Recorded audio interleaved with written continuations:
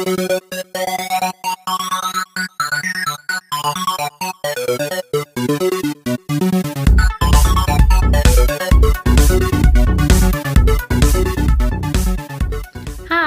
it's Demi here. Just thought I'd come to you again and have a chat. I put out a little post a while back asking for a bit of input with regards to some stories that I could tell and using some suggestions from yourselves for a bit of improv. So today's going to be a bit about that. The two main ones that came out were the idea of minibuses and camping. So I've got lots of stories on these two topics. As a young person and being a little bit of a tearaway, I was involved in a lot of youth groups and a lot of youth opportunities. And now, as a youth worker, I offer a lot of youth groups and opportunities. And yeah, I drive a minibus, which can be funny in itself when you see the size of me, a whole 5-foot person at the helm of such a big vehicle. Can look quite awkward and a little bit funny. So yeah, I'm going to have a little chat about these two topics today. So thanks to those who put suggestions forward. It's a great help, and it's nice to have some feedback and some interaction with those that know me on a personal level, and will probably remember some of these stories. Before somebody says it, I didn't need a booster seat, and no, I've not had to have those extensions that you get for your acceleration and all that jazz. I perfectly can fit into it. I just have to move my seat forward. So I'm that person that drives like this, so close to the steering wheel, and you can just see basically my tiny little head over the top of it. Before anybody hits me with that one, because I don't need a booster seat. I can manage without one. This was a hard one to think about where to start, and to be honest, my minibus journeys that I remember the most from my teenage years were those with my judo club.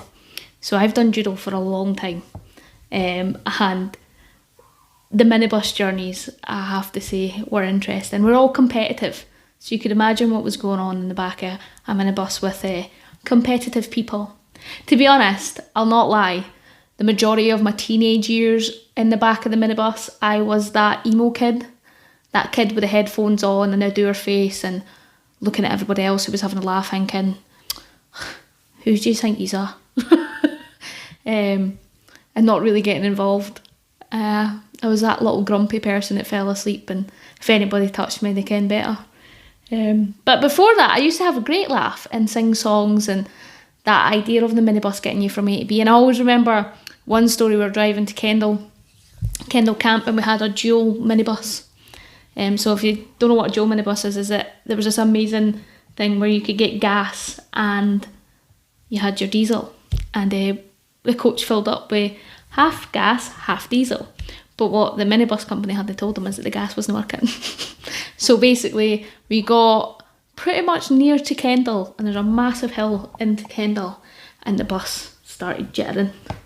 It kept going. So we pretty much had to coast the whole way down this hill to get to where we were going, and I remember everybody screaming in the back. Quite a scary experience, to be honest. Felt like the minibus might have been a bit out of control. And I always remember the buses ended up with names.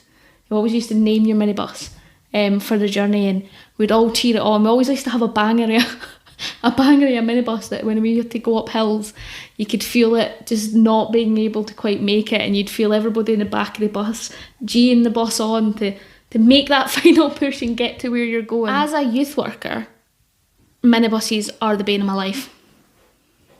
I'm a happy-go-lucky person, but when it comes to a minibus, and Maureen, I love you, but I'm now you hen.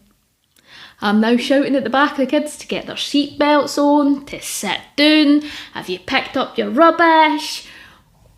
I'm sorry. And hand on heart, I am sorry from every single young person who ever taken a bus journey with you, because thank you for taking us. But wow, you have some patience, lady, because I didn't. I have stopped the minibus, I have pulled into side openings to have a bollocking in the back of the minibus. yeah, bane of my life. Wish I hadn't got my D1 licence, but at the same time, it does mean I can offer opportunities to young people, so I suppose that kind of balances it out. Don't like them. There's also been some really gruesome stories on minibuses as well. I do always remember, and I'll not name names or say anything, but I do always remember being in a minibus when I was a teenager, and one of the lassies was kicking off, giving it big licks in the back, standing up in the middle of the hallway, shouting her mouth off, and the minibus driver pretty much just did an emergency stop, and I have never seen someone go flying like this in my whole entire life. They just went right down the minibus. I tell you what though, she sat down and she put her belt on. Yeah, minibuses aren't great. They're always hot and minging. Yeah, not a fan. And that age-old story of what happens in the minibus stays in the minibus, it doesn't. It never does. The amount of people caught snogging at the back of the minibus. Unreal. I was never caught snogging in the back of the minibus. Just at Nice Rink. And other places. But, yeah, never the back of the minibus. Don't seem to be my favourite place. They don't seem to fit well with me. I don't travel well either. Ghost? I don't travel well either. So basically, anybody who's ever travelled with me, I get sick. Particularly in planes, which is really weird. Anything over a 4-hour plane journey, then I definitely will need a sick bag on landing. Camping.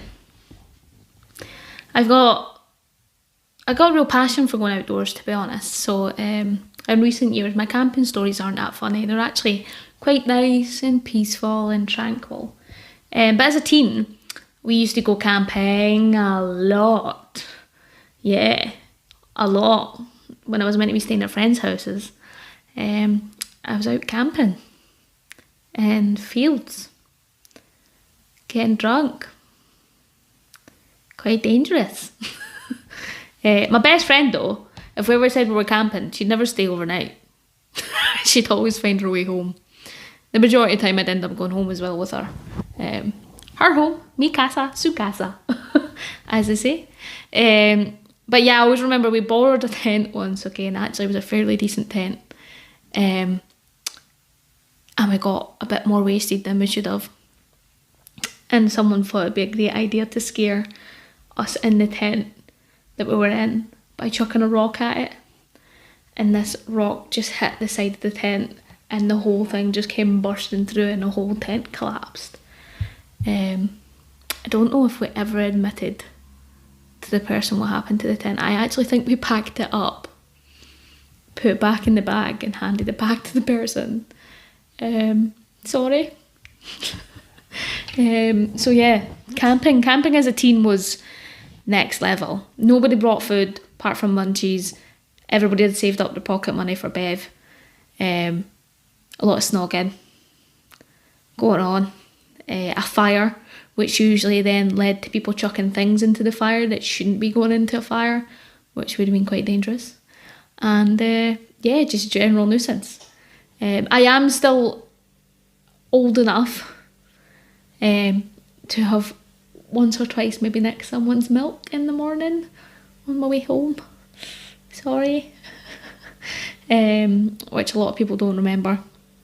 I also, and this is off topic because that's the type of person I am, I also remember we used to have coal bunkers in the local area, and we all used to play hide and seek in them, and we had one coal bunker, right? So we had flats in our local area and there was a coal bunker under them, and we had one coal bunker that no one would go near because there was a story about how someone, very sad, I don't think it was real, how someone had committed suicide and that the bunker was haunted by their tormented ghost and that we couldn't go. But I'm pretty sure that the person who owned that coal bunker made up a story to stop us going in the coal bunker. I actually caught my wee brother snogging in a coal bunker as well. That was awkward. Yeah, it was really awkward. We used to play Hunt the CUNT which basically was a violent game of hide and seek. If you got caught, you got pummeled. Yeah, great times. It's the same with Passport. I don't know if anybody remembers Passport, but you all got a letter. You're in 2 teams, you all got a letter, and one team was to find the other team. And you had to make up a word, and you'd be getting absolutely annihilated shouting, I'm a hyphen! I'm a hyphen! Aye. The good old days, you know. The stuff that kids don't do nowadays. God forbid. I've got a teen in my house now, or a pre-teen, and this is terrifying me. Because I was not easy. But you know what? I was to my family. I never really brought my issues to the door. I was a bit of a tearaway. I got arrested. Well, I didn't get arrested. I got put in the back of a van, and I cried that much that they dropped me off round the corner from my house in a snivelling mess, and they watched me go home because I pleaded that much not to take me to my house in a police van, and they were only taking me home because I was drunk. But yeah, sorry mum. Yeah, I was a bit more of a tearaway than I let on. Because I was clever. I never got caught. For instance, like when I was Skype school, I gave them my mobile number. So they used to send me the kipping text saying that Demi wasn't in school today to my phone number. That's ridiculous. If anything had happened to me, nobody would have had a clue where I was. That's outrageous. Sorry, I totally went off on a tangent. But yeah, my camping and my days in minibuses. My days in minibuses aren't over, and my days camping aren't over, but they definitely have changed from when I was a teenager.